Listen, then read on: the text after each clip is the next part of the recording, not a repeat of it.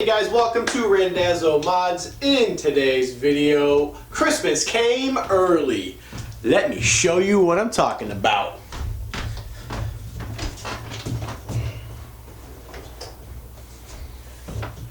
What we have here are my gifts that I bought myself. These are Bilstein B6 rear shocks for my Firebird to finish the suspension off, because about a couple years ago, my dog is like freaking out right now. I think maybe like 3 or 4 years ago, I already did the suspension in the front. I put Ibex lowering springs. I paired it with some B6 Bilstein shocks, which is their performance shocks, which I freaking love. Car handles fantastic. I went from a 7-inch sway bar to an 1.25 inch sway bar, so the front end is all set. Now dealing with the back. Christmas did come early for me. Like I said, these are the gift to myself. These shocks right here are to pair up with these bad boys. Hold that. These right here, these bad boys. These are definitely, you know, outdated technology. But these bad boys right here are state of the art. These are 90. These things are heavy. These are 90 spring rate, 190 pound spring rate, to pair up with my B6 Ibex, or Bilstein I should say. So I am super excited to install these. This is all stuff happening in the spring for warmer weather. Like I said, we had a snowstorm on Sunday into Monday, and the car's been parked for a little bit. Found out when I was doing the front suspension, I converted, I did all the control arms, I put energy suspension bushings, I put Ibex lowering springs on it, I upgraded the front sway bar, and the suspension, the rear suspension needed a lot of help. For one, I think I have a cracked leaf spring, and I think the car has truck leaf springs in it for some reason, because it's so high in the back, and I could never figure out why. So my wife, shout out to my wife, love you baby, she ended up buying these bad boys for me as an early Christmas present. These are BMR. They're 190 spring rate. Factory one is 125. I was looking at Hotchkiss, which was 150. Hotchkiss was 150. Then there was Beltec. I really didn't have much info on Beltec. But then I ended up she ended up stumbling across these, which are 190. I paid $369 for these off Amazon.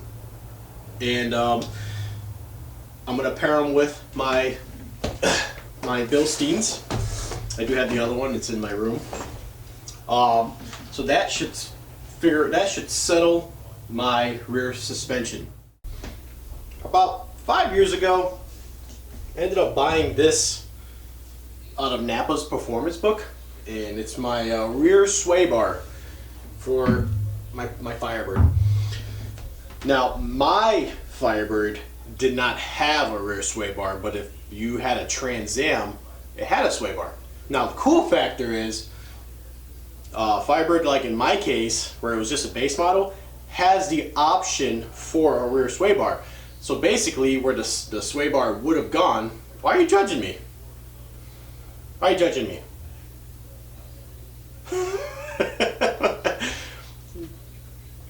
Sophia, everybody. So basically, my car that didn't have a rear sway bar can be fitted for a sway bar. It had like dimples. Has like dimples for the holes, where you basically drill it out, tap them out, and you put the brackets on there with the stabilizer link and all that stuff. So that, I thought that was pretty neat.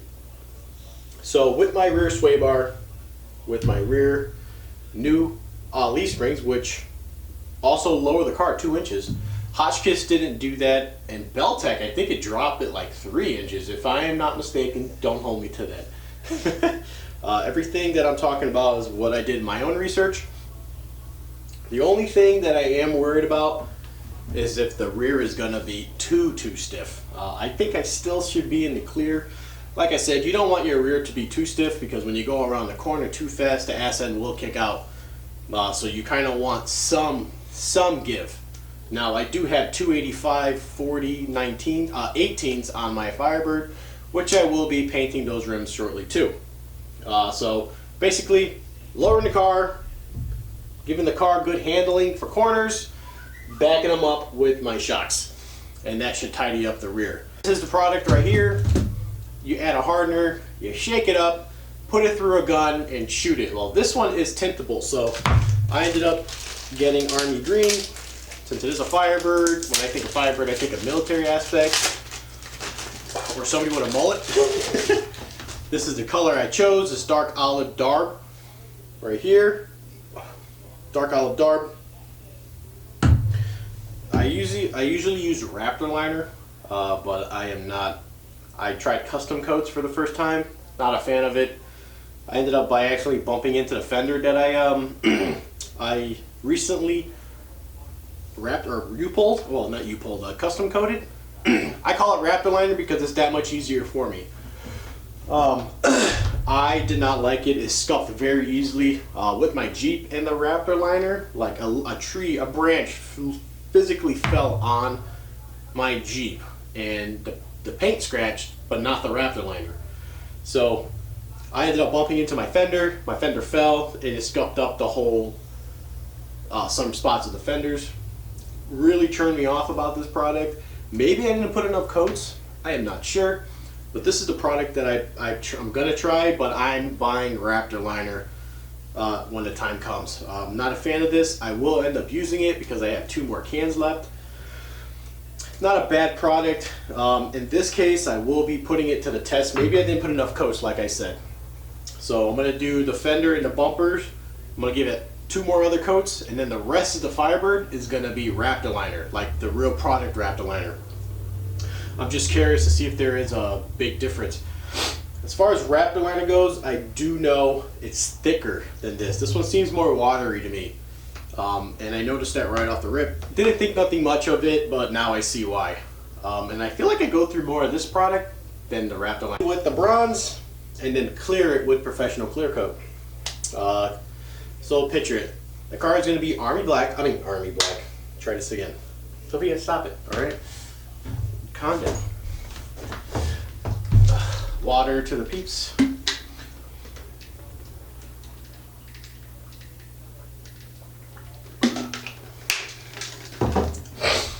Action.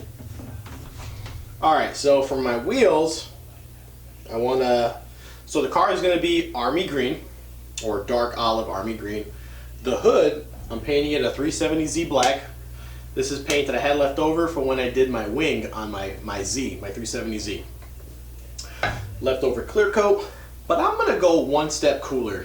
And I ended up buying some pearls off of eBay for $5 each. We have smoke black, gamma orange, which reminds me of the Avengers, black gold, mozzie green, black gold again, and mozzie green again. So this one I'm ending up putting like maybe like a half a teaspoon at a time just to get the orange to pop a little bit to do the wheels. So think about it. Rims are going to be bronze. I'm going to make my own concoction with the clear coat. So it's going to go bronze wheels, and then I'm going to mist the clear coat with the pearls in it. Not sure if this is going to work. I've never seen it done.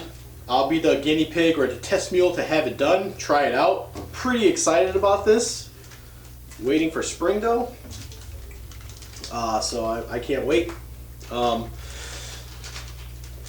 I do have clear, and then you do 2 coats of pearl, and then you hit it with regular clear coat and let it dry. Maybe the leftover pearls, I'll mix it into the 370Z black and make my own custom color. But I hope I have enough, which I should. So bronze, finished off with the clear coat, let it dry and harden.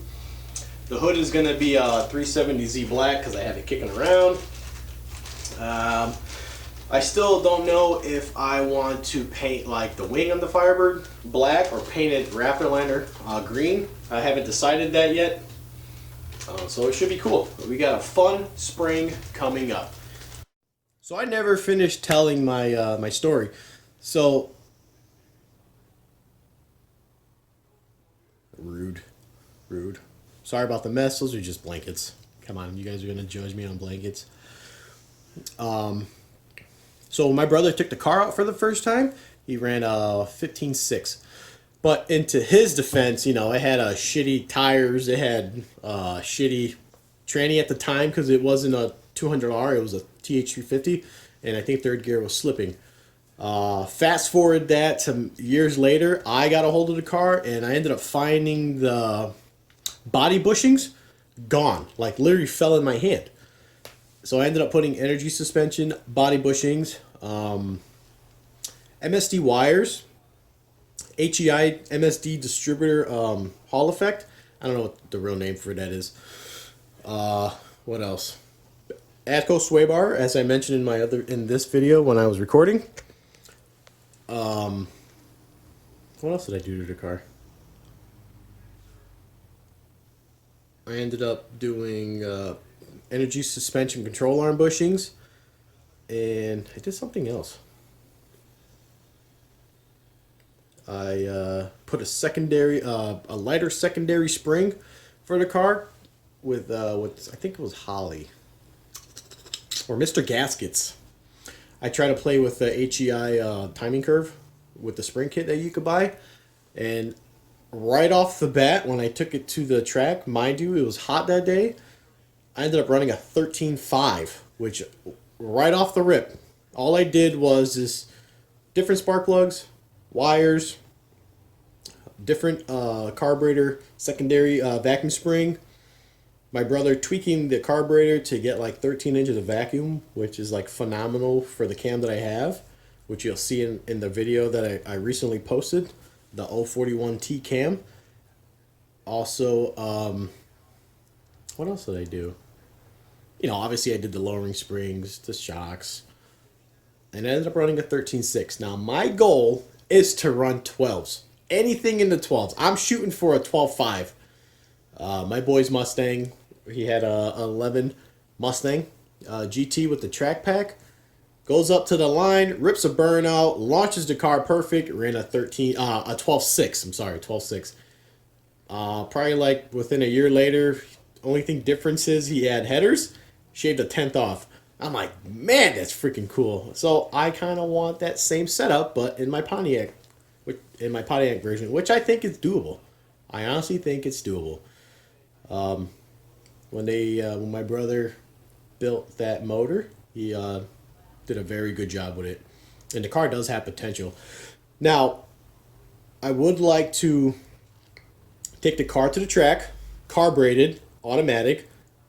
Only thing difference, do the suspension, take it out there on a cooler day, see what I could do, bring the car back, do the Holly Sniper EFI kit, take it back out on 93 octane, run it, race it, see what I could do.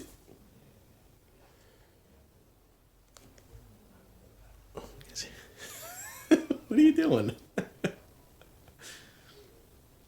Sophia. She thinks I'm talking too much. Judge Judy over here, huh? Eyes only. Holly Sniper kit. Then I want to bring the car back out there with a like racing gas, put a tune for racing gas, and see what I could do with that. Like I said, anywhere in the 12s, I'll be happy. So that'll be cool. So as of now, thanks for watching. See you later.